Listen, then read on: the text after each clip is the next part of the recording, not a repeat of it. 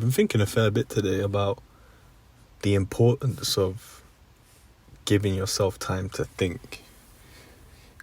Because I'm someone who really values that, I'll be real. Like, I over the last week or so, few days mainly, but week or so, I've really let myself down in that regard, and I haven't given myself enough time to just sit and think as I had been doing in the last month or so. So prior to starting these videos, I didn't have a phone for, I want to say it was a solid 4 weeks, bordering 5, and I really enjoyed it. It got slightly tougher towards the end, but I personally really enjoyed it. As somebody who's not that connected to their phone anyway, no social media, etc., I really, really enjoyed it, because all of a sudden, when I was driving, all I could do was think. No music, no podcast, no audiobook, nothing. Just thoughts. Same at the gym. Even though I had already weaned off music and audiobooks at the gym, I had no choice. I had nothing to do but think. People watch. And recently, I've somewhat let myself down in that regard. I've been listening to a lot more music. Now that my routine is slightly more intact, so to speak, I've been far more occupied in the evenings. So I found myself wanting and yearning for more thought time, so to speak. And especially with regards to these videos, it's bugged me a little bit, because there's been days where I've genuinely been there I don't know what the fuck I want to talk about. I don't know what I want to train. And the only reason why I found myself in those situations is because I just haven't given myself time to think. Which is nice. It's nice to realize that, and it's nice to be aware of that, so that I can now better manage my time in that regard. And for me, especially to and from the gym, driving, I'm definitely going back to no music. Just drive. Just drive in silence. Just enjoy the drive. Enjoy the drive and sink into your thoughts.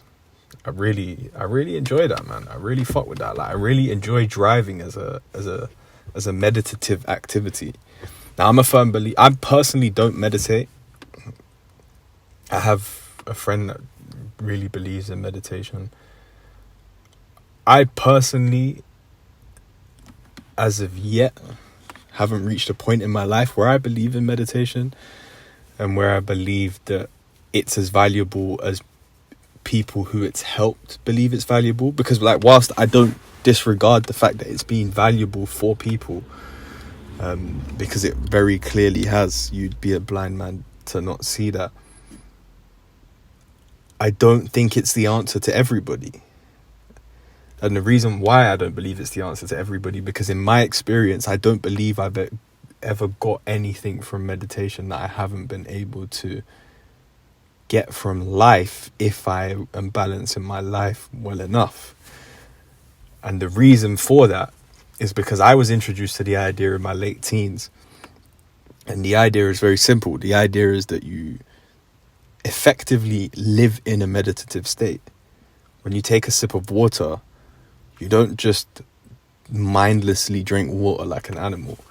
You're extremely conscious of how the water feels, how it tastes, how you're consuming it. Are you sipping it through a straw? Are you drinking it from a glass or a plastic bottle? And as that water enters your mouth, what is the sensation? What does it feel like? As you swallow that water, what does it feel like? How does it feel going down your throat? Does your throat feel sore today? So on and so forth. As it passes from your throat down to your chest and you can literally learn how to feel it fucking passing through your body. Right? That was how it got introduced to me, was through water. And then just throughout life, I enjoyed taking that practice and applying it to as many things as I could. Washing the dishes, for example, being just super aware, super conscious and super present whilst you're washing the dishes. Driving, turn the music off, listen to the car, listen to, like, get in touch with it, like, be more aware of your surroundings, relax, stay calm, because driving, like, we may not realize it, but as human beings, driving puts us in a very heightened state. It puts us in a very cortisol filled state, simply because we're fucking hurling ourselves around the planet at speeds that our body isn't designed to move at in a little ball of metal. Like, when you deep it, it's a fuckery of a situation for your body to experience. So yeah, man, like, getting back in touch with that shit is something I really want to do. And I think that going back to the meditation and the difference between some people meditating and, in my case, like, choosing to do my utmost and work hard at living in meditation. That's why I think training at the gym with no music really spoke to me. There is pros and cons to that, because I find that when you do have music at the gym, you're able to, like, kind of zone out from your environment a little bit more, because the gym can be a very distracting environment at times. I'm somebody who has a fairly hyper-vigilant personality. You'll probably see it in my clips. Like, in a public space like the gym, I'm always looking around, and I'm shameless about that because I was raised to be like that in many ways. Especially from my dad. Like, he was always very, very big on, like, being conscious and aware of your surroundings.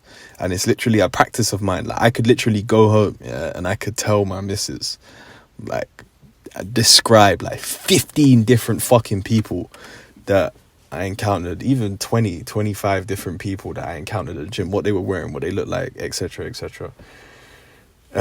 So having music can sometimes make it easier to just kind of focus on your workout.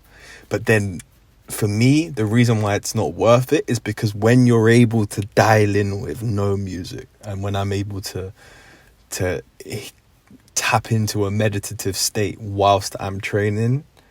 And you'll know if you watch my clips. I know some people just listen to these, but if you watch my clips on a regular basis, you will know when I'm in that state, because my eyes won't dart. I won't be looking around. I'll be staring at something, even just a speck of dust on the floor, anything. That's when I'm in that movement, that meditative movement state. And I'll be real, that's one of my favorite states or places to be in.